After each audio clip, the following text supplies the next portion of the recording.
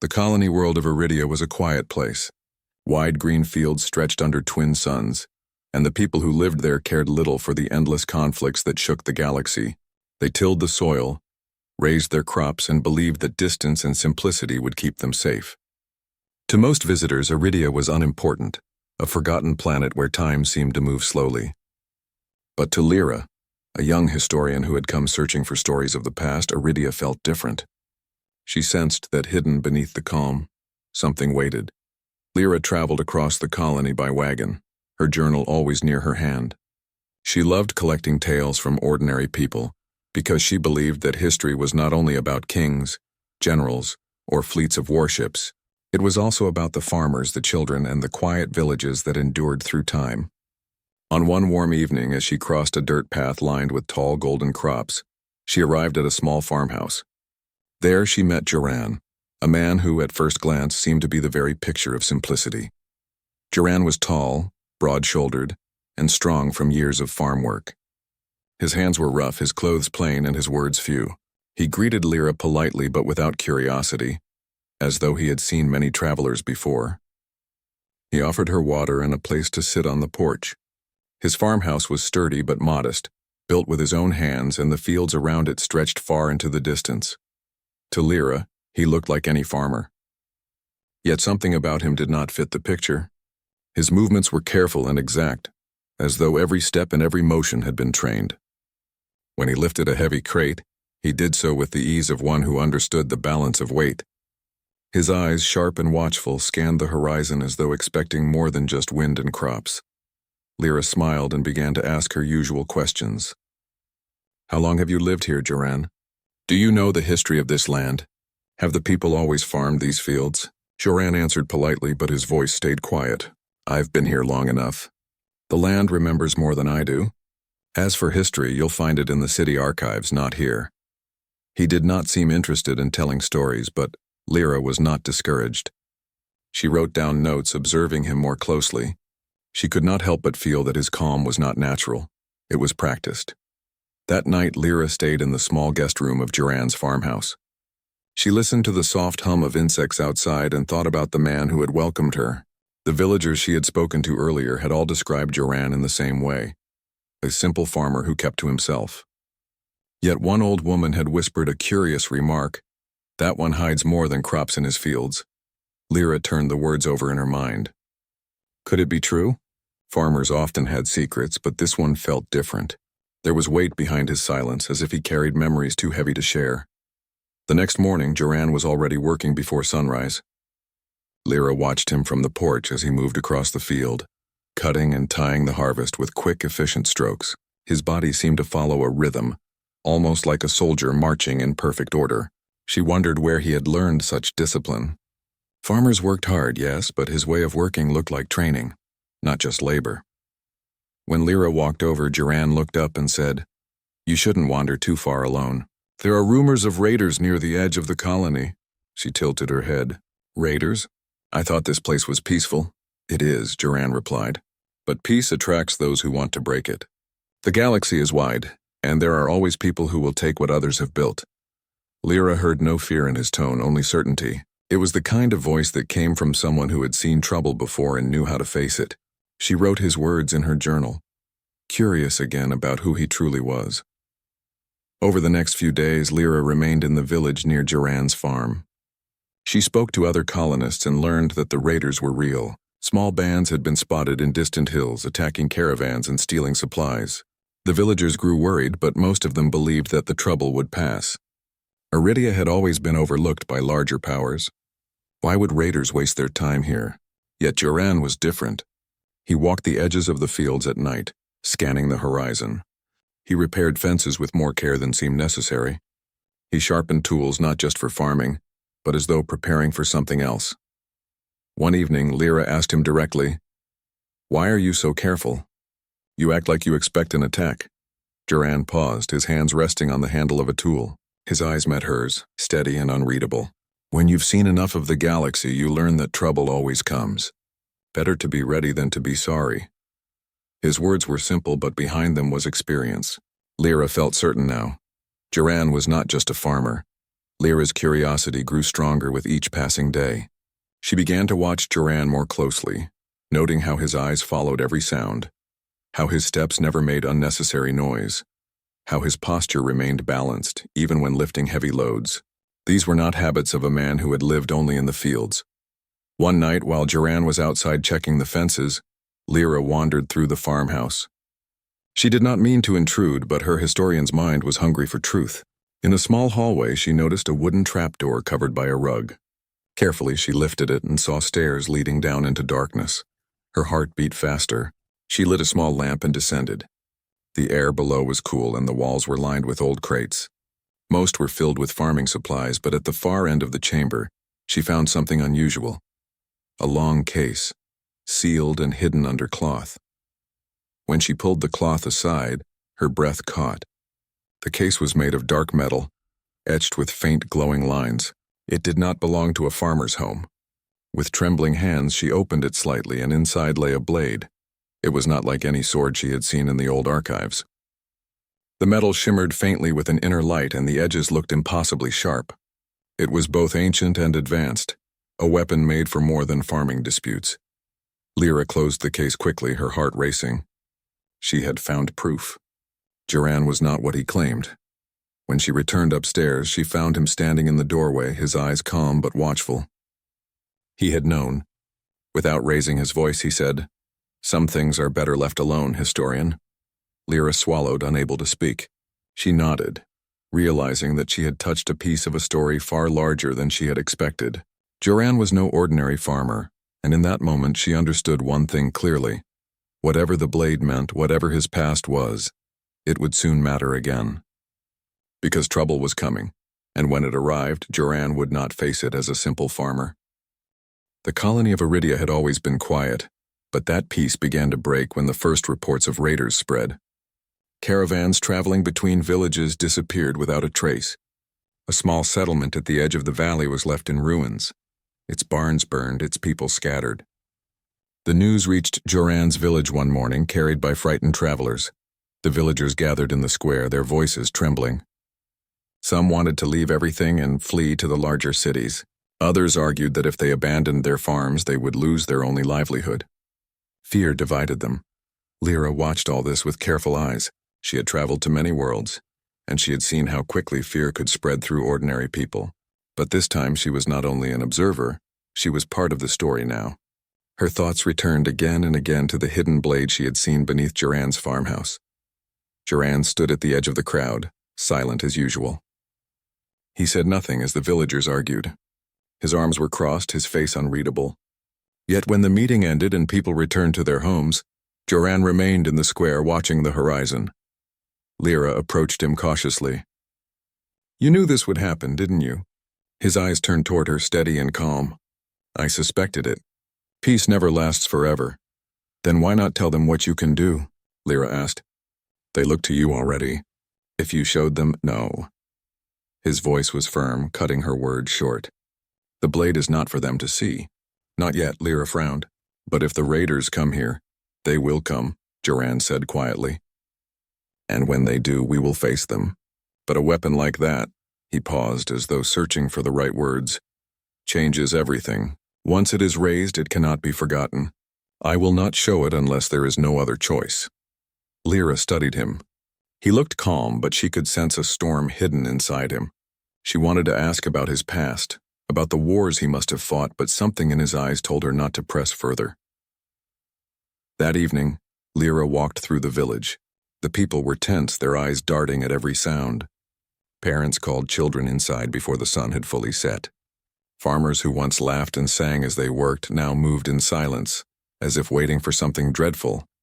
And yet, Joran continued his daily tasks. He fixed fences, carried heavy crates, and tended to his fields as if nothing had changed. But Lyra noticed small differences. He sharpened farming tools with more care than before. He repaired the farmhouse door with stronger wood. And every night after the village slept, he walked the perimeter of the fields with a lantern, his eyes scanning the darkness. One night, unable to resist her curiosity, Lyra followed him at a distance. She saw how he moved, silent, balanced, alert. His steps made no sound, his eyes flickered to every shadow. He did not move like a farmer guarding his land. He moved like a soldier guarding a battlefield. When he finally turned and caught her watching, she froze. But instead of anger, he gave a small sigh. "You should be resting," he said. "So should you," she replied. "But you don't rest, do you?" He looked away toward the hills where the dark horizon stretched. "I rest when I can, but not when danger waits." The danger arrived sooner than anyone expected. 2 days later, just before dawn, smoke rose in the distance. A group of villagers came running, shouting that the raiders had struck another farm. Horses and carts were stolen and one family was missing. The raiders had left a mark burned into the soil, an emblem that no one in the village recognized. Duran's face hardened when he saw it. He did not explain, but Lyra caught the flicker in his eyes. He knew that symbol. That night, the villagers begged him to lead them. "You're strong, Duran," said one of the older men. "You've fought before, haven't you? Teach us how to defend ourselves." Duran shook his head. "I am a farmer, nothing more. You should go to the city. Ask for help from the colonial guard. The guard is weeks away," another cried. "By then we'll be gone." The crowd looked at him with desperate eyes, but Duran remained silent. Lyra, standing nearby, felt frustration rise within her. She knew he could do more. She had seen the blade. She had seen his careful watch. Why would he still deny what he was? After the villagers left, Lyra confronted him. "Why are you pretending? They need you. You can help them." Duran's jaw tightened. "I left that life behind. I gave it up for peace. Do you think I want to bring war here? But war is coming whether you want it or not," she said firmly. "If you don't act, they will all suffer." He stared at her for a long moment, then finally spoke in a low voice. "The blade is not just a weapon. It is a signal. If I raise it, others will know. Old enemies, old battles, they will return. And when they do, this quiet life will end forever." Lyra's heart pounded. She wanted to argue, but she also understood. His secret was heavier than she had guessed. Still, she whispered, "Maybe peace is not hiding from war. Maybe peace is protecting it when it's threatened." Duran said nothing, but the thought lingered. The next morning, Duran surprised everyone. He called the villagers to the square and stood before them, his rough farming clothes covered in dust, his face serious. "I cannot promise you safety," he said, "but I can teach you to fight. You will not be soldiers, but you can learn to stand together. If you wish to stay, I will show you how." The villagers looked at each other, uncertain, but slowly, one by one, they stepped forward. Men and women, young and old, all willing to learn. They had little choice. Running would mean leaving everything behind. And so, training began. At first, it was clumsy. The villagers held farming tools like weapons, stumbling and swinging without skill. But Duran corrected them with patience. His voice was steady, his instructions clear. He showed them how to stand, how to move, how to use their tools to block and strike. His body moved with precision, every step exact. Lyra watched in awe. The villagers began to change. Fear turned into determination. Weakness turned into strength. Under Duran's guidance, they were no longer just farmers. They were protectors of their home. Still, Duran kept the blade hidden. He used only wooden staves or farming tools when he demonstrated. To the villagers, he was simply a man with unusual skill. Only Lyra knew the truth, that there was a weapon beneath his farmhouse that could change everything. Days passed, and the villagers grew stronger. They learned to fight in groups, to move together as one. Their fear lessened, replaced by a quiet courage. But trouble was near. Scouts reported seeing shadows on the ridges, figures moving with strange machines. The raiders were close.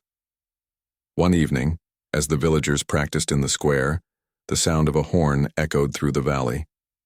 Everyone froze. From the hilltops, lights flickered, torches, dozens of them. The raiders had arrived. Panic spread, but Duran raised his voice, calm and steady. "Go to your homes. Protect your families. Stay together." The villagers obeyed, but fear still shook them. Lyra stood beside Duran, her voice trembling. "They will not stop, will they?" "No," Duran said quietly. "They will not stop." He looked toward the farmhouse, where the trapdoor waited in silence. For days he had resisted, but now his eyes burned with a decision. He knew that the time for hiding was ending. The shadows on the horizon were no longer far, they were here. And soon the farmer would no longer remain only a farmer. The night was heavy with silence, broken only by the distant sound of drums and horns. From the hills surrounding the village, torches flickered like a ring of fire. The raiders had come at last. The villagers huddled inside their homes. Shutters closed, doors barred. Mothers held their children close. Fathers gripped farming tools as weapons. Fear pressed down on them like a storm about to break. In the square, Joran stood with Lyra at his side. His eyes scanned the hills, measuring the enemy. He counted the lights, studied the patterns of movement. He did not move like a frightened farmer. He moved like a commander preparing for battle. "They are many," Lyra whispered. "Can the villagers hold them back?" Joran shook his head slowly. "Not like this, not yet. They are brave, but bravery without strength will only bring loss." "Then what will you do?" she asked. For a long moment, Joran said nothing. His face was calm, but inside a storm raged. He had promised himself never to take up the blade again. He had buried his past deep beneath the soil of this farm, but now the past had come knocking, demanding to be faced. Finally, he spoke. "I will do what must be done." The raiders attacked at dawn. They came like shadows spilling from the hills, rough machines rattling, alien beasts snarling, and armored figures shouting in strange tongues. They carried weapons of fire and steel, their eyes burning with greed. The villagers tried to resist. They swung their tools, shouted bravely, and stood in front of their homes. But the raiders were trained in violence. Their blades clashed, their guns fired, and the villagers stumbled back in fear. Lyra's heart pounded as she saw the chaos unfold. Children screamed, smoke rose, and the sound of breaking wood filled the air. She turned to Joran, desperate. "You cannot wait any longer. They will all fall." Joran's eyes narrowed. He gave a single nod. "Stay behind me." With that, he turned and strode toward his farmhouse. Lyra followed, her breath caught in her throat. He moved with heavy purpose, as if each step was pulling him closer to something he had avoided for years. Inside the farmhouse, he lifted the rug and opened the trapdoor. The air below was cold, carrying the faint scent of metal and dust. He descended into the hidden chamber and approached the dark case. For a moment, his hand hovered above it, trembling slightly. Lyra watched silently. She could feel the weight of his decision. Finally, Joran placed his hand on the case and whispered, "Forgive me." With a sharp motion, he opened it. The blade lay within, glowing faintly in the dim light. Its surface shimmered with energy as though alive. Joran reached down, and when his hand closed around the hilt, a low hum filled the chamber. The blade responded to him, recognizing its master. For the first time, Lyra saw his true face, not the quiet farmer, but the warrior hidden beneath. His posture changed, his eyes sharpened, and his every movement radiated strength. He turned to her and said, "Stay here." But Lyra shook her head. "I will not hide. I must witness this. I must write it." He gave her a long look, then nodded once. "Then stay close. Do not stray." When Joran stepped back into the sunlight, the battle in the village was collapsing. Raiders pushed through the streets, dragging villagers from their homes. Fires burned and cries filled the air. The raiders laughed as they advanced. To them, this was another easy conquest, another weak colony to plunder. But their laughter ended when Joran appeared in the square, the glowing blade in his hand. The weapon shone with a strange light, cutting through the smoke. The raiders paused, confused. Some muttered in their own language, fear flickering in their eyes. They recognized it. The blade was no ordinary weapon. One raider, larger than the rest, shouted and charged at Joran with a heavy axe. Joran did not move until the last moment. Then, with a swift step, he swung the blade. The axe split apart, the raider falling with a cry. Gasps filled the square. The villagers watched in shock. They had known Joran as a quiet farmer, but now he moved with the grace of a master warrior. Every strike of his blade was precise, every motion controlled. Another raider leapt forward, firing a strange weapon. Joran spun, the blade flashing, and the shot ricocheted harmlessly away. He closed the distance in a heartbeat, striking down the attacker with a single blow. The raiders hesitated. This was not the fight they expected. Lyra stood at the edge of the square, her journal forgotten in her hand. Her eyes were wide with awe. The man she had thought was ordinary was now something far greater. He moved faster than her eyes could follow, each strike filled with power and skill. The villagers began to rally. Seeing Joran stand so strong filled them with courage. They shouted, striking back at the raiders with renewed strength. Still, the battle was fierce. The raiders were many, and Joran was only one man. Yet wherever he went, the tide turned. He cut through their lines, forcing them back step by step. His blade shone brighter with every swing, humming as if alive. One raider captain stepped forward, his armor heavy, his weapon large. He sneered and shouted a challenge. The villagers fell silent, watching as the two faced each other. Duran raised his blade in silence. The duel was swift but brutal. The captain struck with great force, but Duran's movements were faster, sharper. Steel clashed against glowing light, sparks flying. Finally, with a swift motion, Duran disarmed him and struck him down. The raiders broke. Their courage crumbled when their leader fell. They fled back toward the hills, their machines roaring as they retreated. The village was saved.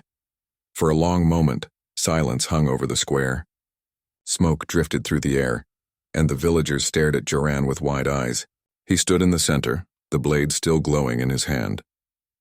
Lyra stepped forward slowly. You are never just a farmer." Duran looked down at the blade, his face heavy with old memories.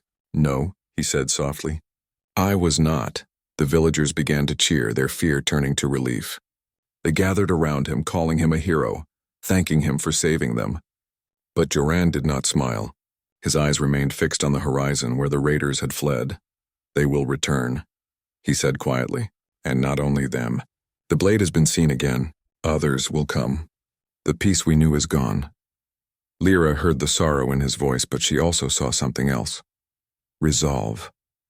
Duran had chosen to fight, and he would not turn back now. That night, the villagers celebrated their survival, but Duran remained apart, sitting quietly by the edge of his field. Lyra joined him, holding her journal. "You gave them hope," she said gently. "I gave them a glimpse of war," he replied. "But without you, they would have lost everything." She said firmly, "Maybe your blade is not only a weapon. Maybe it is a shield for those who cannot protect themselves." Duran was silent for a long time. Then he nodded slightly. "Perhaps, but it will not be easy. The galaxy remembers the blade, and now it will remember me." Lyra closed her journal. She knew then that her story was only beginning. The quiet farmer was gone. In his place stood the hidden warrior, and his path would soon shape the fate of many. The village of Iridia had survived the first attack, but peace did not last long. Rumors began to spread faster than wildfire. Traders and travelers whispered of the Blade of Earth being raised once more, a weapon thought lost to history. The news reached distant systems, and old enemies stirred. Among them were alien warlords and mercenaries who remembered Duran's past. They had once feared him across the stars, and now word of his blade's return reached them like a summons. Some saw opportunity, others sought revenge. The galaxy had not forgotten the quiet farmer who was not so quiet after all. Back in the village, life tried to return to normal. The villagers rebuilt their homes and farms, yet the tension remained. Every shadow, every distant sound reminded them of the attack. Mothers held their children closer, and fathers sharpened their tools more often than needed. Duran walked through the fields with Lyra. The rising sun cast long shadows across the golden crops. The villagers had begun to trust his guidance, but he remained vigilant. He taught them strategies to protect their homes, to move silently, and to fight only when necessary. "They are coming," Duran said, his voice calm but firm. "I can feel it. Those who once opposed me know the blade has been raised. They will come, and soon," Lyra frowned. "Then we must prepare." "We cannot face them blindly," Duran nodded. "We cannot. But first we strengthen the people here. A blade alone does not win wars. Courage, unity, and skill, these will make the difference." Over the following days, the villagers trained under Duran's careful supervision. Even those who had never held a weapon learned to defend themselves. Women learned to move silently through the fields using the tall crops as cover. Men practiced formations and signals. Children, under careful instruction, learned to recognize danger and hide safely. Lyra documented everything.